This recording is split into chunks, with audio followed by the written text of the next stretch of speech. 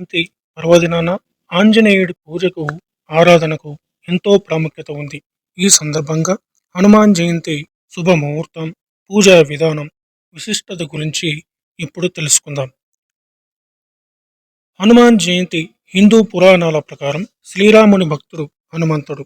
ఆంజనేయుడిని ఆరాధించిన వాళ్ళకి సకల పాపాలు తొలగిపోయి విముక్తి లభిస్తుందని పండితులు చెబుతారు. అంతేకాదు, భయం తొలగిపోయి బలం, ధైర్యం పెరుగుతుందని చాలామంది నమ్ముతారు. ఈ నేపథ్యంలో ఏప్రిల్ 23వ తేదీన మంగళవారం నాడు దేశవ్యాప్తంగా హనుమాన్ జయంతి వేడుకలను జరుపుకోనున్నారు. ఈ పర్వదినాన దేశవ్యాప్తంగా హనుమాన్ విగ్రహాలతో భారీగా ఊరేగింపు కార్యక్రమాలను నిర్వహిస్తారు. ఆంజనేయుడిని బజరంగి, మారుతి అనే పేర్లతోనూ పిలుస్తారు. హనుమంతుడిని ఆరాధించేందుకు మంగళవారం, శనివారాలను ప్రత్యేక రోజులుగా పరిగణిస్తారు. హిందూ పురాణాల ప్రకారం చైత్రమాసంలో శుద్ధ పౌర్ణమి రోజున హనుమంతుడు జన్మించాడని చెబుతారు. అయితే ఈసారి హనుమాన్ జయంతి మంగళవారం నాడు రావడంతో మరింత ప్రత్యేకత సంతరించుకుంది. ఈ పవిత్రమైన రోజున ఉపవాస దీక్షను ఆచరించడంతో పాటు బూందీ, లడ్డు, హల్వా వంటి తీయని వస్తువులను సమర్పించడం వల్ల ఆంజనేయుని ఆశీస్సులు లభిస్తాయని చాలామంది భక్తులు నమ్ముతారు. ఈ సందర్భంగా హనుమాన్ జయంతి ప్రాముఖ్యత, పూజా విధానాలు గురించి ఇప్పుడు తెలుసుకుందాం. ఇక హిందూ పంచాంగం ప్రకారం ఈ ఏడాది చైత్రమాసంలో పౌర్ణమి తేదీ ఏప్రిల్ 23వ తేదీన తెల్లవారుజామున 3:25 ప్రారంభమవుతుంది. మరుసటి రోజు అంటే 24 ఏప్రిల్ 2024 ఉదయం 5:18 ముగుస్తుంది.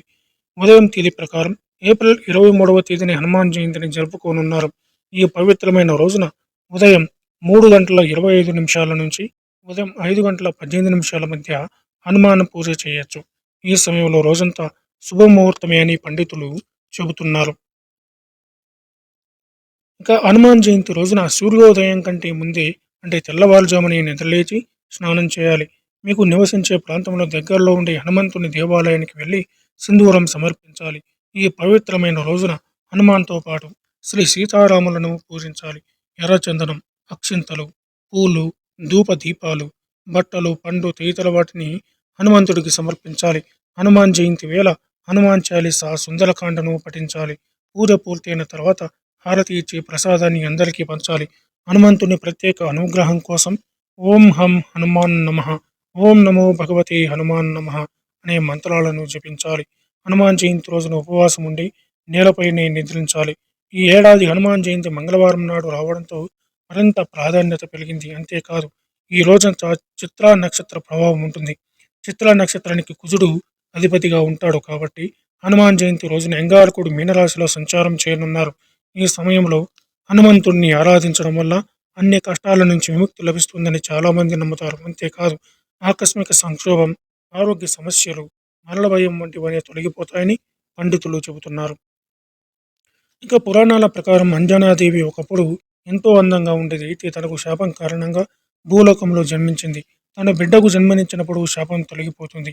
వాల్మీకి రామాయణం ప్రకారం కేసరి హనుమంతుని తండ్రి. సుమేరు రాజ్యానికి రాజుగా ఉండే కేసరి తండ్రి గురుడు. అంజనాదేవి తన శాపం విముక్తి కోసం 12 సంవత్సరాల పాటు శివుడిని స్మరించుకుంటూ కఠినమైన తపస్సు చేసిన కారణంగా హనుమంతుడు జన్మించాడు.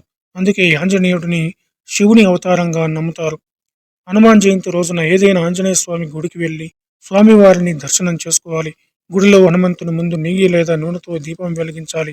ఆ తర్వాత హనుమాన్ చాలీసాను 11 సార్లు పఠించాలి. ఇలా చేయడం వల్ల హనుమంతుడి ప్రత్యేక అనుగ్రహం లభిస్తుందని నమ్ముతారు. అంతేకాదు, మీ శక్తి సామర్థ్యాల మేరకు పేదలకు అన్నదానం చేయాలి. హనుమాన్ జయంతి రోజున ఇలా చేయడం వల్ల శని దోషం నుంచి విముక్తి పొందవచ్చని చాలామంది విశ్వాసం.